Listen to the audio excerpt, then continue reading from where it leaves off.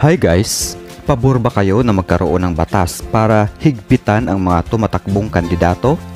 Na dapat mayroong standards, requirements na ipapatupad upang makasiguro tayo na kwalipikado sa posisyon ng isang kandidato upang masiguro na magiging maayos, may puso at talino ang mamumuno sa isang lugar o bansa.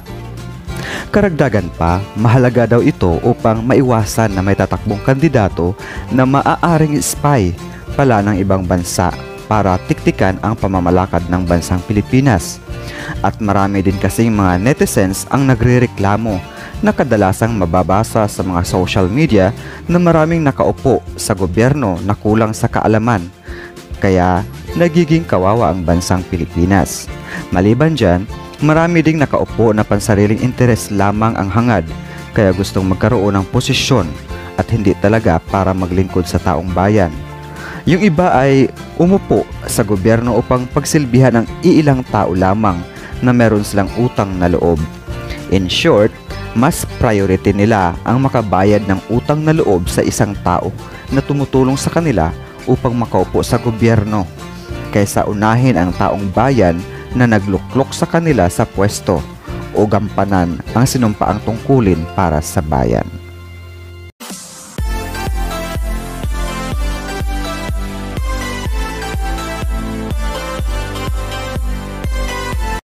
Welcome back to Nudsian TV1. This is CJ, a content maker. Ngayon, ituloy natin ang topic na panawagan ng COMELEC patungkol sa batas na dapat ipanukala ng Kongreso. Pero bago yan, kung ikaw ay hindi pa nakapag-subscribe sa channel na ito, pasuyong pindutin ang subscribe button kasama ang bell sa tabi nito upang alam mo every time na may bagong video. Paki-like na rin, mag-comment sa baba about your thoughts and ideas upang kapulutan ng aral sa iba. At i-share dahil sharing is caring. Ayon sa Brigada News na umaapila ang COMELEC sa Kongreso na bumalangkas o magpanukala ng batas para higpitan ang pagtanggap sa mga kumakandidato.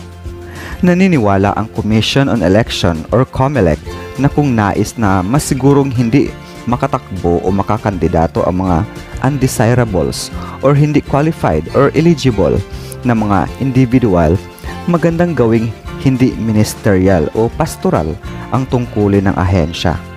Ito ay sa gitna ng pagdinig hinggil sa pagkakilanlan ni Bamban Mayor Alice Guo na ngayon iniugnay sa isyu ng illegal na pogo.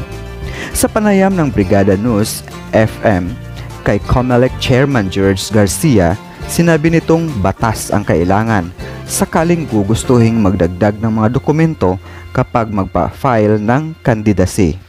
Anya, ang duty ng komisyon ay ang magpatupad ng batas. Sa huli, nanawagan ang COMELEC sa Kongreso na magbalangkas o magpatupad ng batas na maghihigpit sa pagtanggap ng mga kandidato.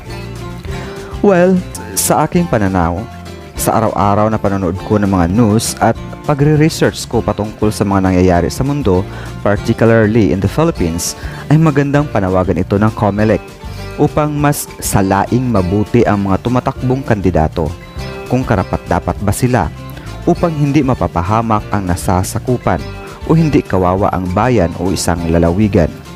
Napakahalaga talaga na mag-set ng high standards sa mga mamumuno dahil hindi biro ang gagampanan nilang trabaho. Sabi nga ng marami, kapag nag-apply ka sa mga establishmento or pag nag-apply ka ng trabaho sa isang company ay napakataas ng standards na hinihingi. Pero bakit sa gobyerno ay maraming putyo-putyo ang nakaupo na tila walang alam o hindi kwalipikado sa posisyon nila? Kaya dapat mas talasan or tataasan ang standards ng qualification sa mga nais maupo sa gobyerno.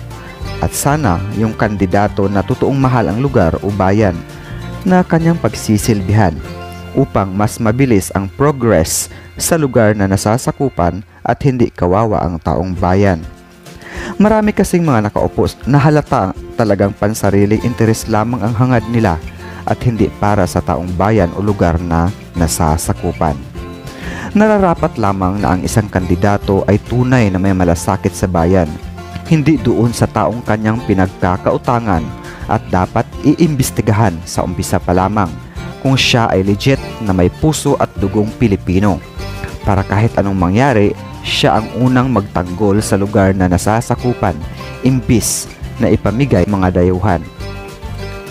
Sa mga taong bayan naman, huwag magpadala sa fake news at ugaliing manood ng mga news na may basihan o references para sigurado nang sa ganon ay may alam tayo o alam natin kung paano humusga at pumili ng karapat-dapat na kandidato na hindi magpapahamak sa taong bayan. Huwag masilaw sa pera na binibigay ng mga nanggagapang tuwing may eleksyon. Tandaan, ang pera nauubos, pero kung makakuha ka ng uupo sa gobyerno na may malasakit sa bayan, ay talagang ang pagmamahal nito sa bayan sa pamamagitan ng mga proyekto at para sa kaunlaran ay talagang magpapakinabangan hanggang sa mga kaapu-apuhan. Generation to generation na papakinabangan kumbaga. Samantalang yung pera na ibinigay sa iyo ay ubos agad sa loob ng ilang araw lamang. Madalas nga, wala pang isang araw ay ubos na. Isipin mo na lamang, yung ibinigay sa iyo na halimbawa 2K, hatiin sa 6 na tag 365 days. Kasi nga, 6 years na panunungkulan, tapos 365 days and 1/4 in 1 year. Magkano lang ang halaga mo bawat araw? Hindi ka mabubusog sa ganoong halaga. Kaya, piliin mo ang kandidatong may magandang hangarin sa bayan o nasasakupan. For sure, yung proyekto na ipapatayo niya ay mapakinabangan ng lahat hanggang sa pagtanda at mga apo mo. Sa lahat ng mga botante ay magiging wais na piliin yung kandidato na may magandang hangarin sa lugar nyo. Hindi yung ilang dekada na nakaupo, imbis umasenso ang bayan nyo ay lalong nalugmok at napag-iwanan sa mga kalapit bayan. Sa totoo lang, nakaka-proud kung ang lugar mo ay asensado dahil sa mabuti at magandang pamumuno. Nakakadismaya yung proyekto ng nakaupo na inabot na ng dekada ay hindi pa rin tapos dahil silang pamilya lang ang salitan na nakaupo sa pwesto na pansariling interes lamang ang hangarin. Hindi yung kung paano mapabuti at pagandahin ang lugar na nasasakupan. Kaya guys, dapat wais at matalino at hindi makasarili sa pagpili ng kandidato. Piliin yung may kakayanan na pamunuan ang taong bayan at magpapaangat sa lugar.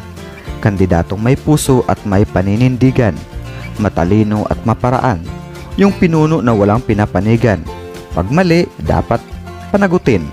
At pag maganda o tama ay palakpakan. Piliin yung mala Miriam Santiago ang utak at hangarin sa bayan. Hindi yung puro pagpapanggap o pakyut lang ang alam. Sana magsilbi itong paalala sa atin para sa ikabubuti at ikakaunlad ng marami. Thank you and until next video.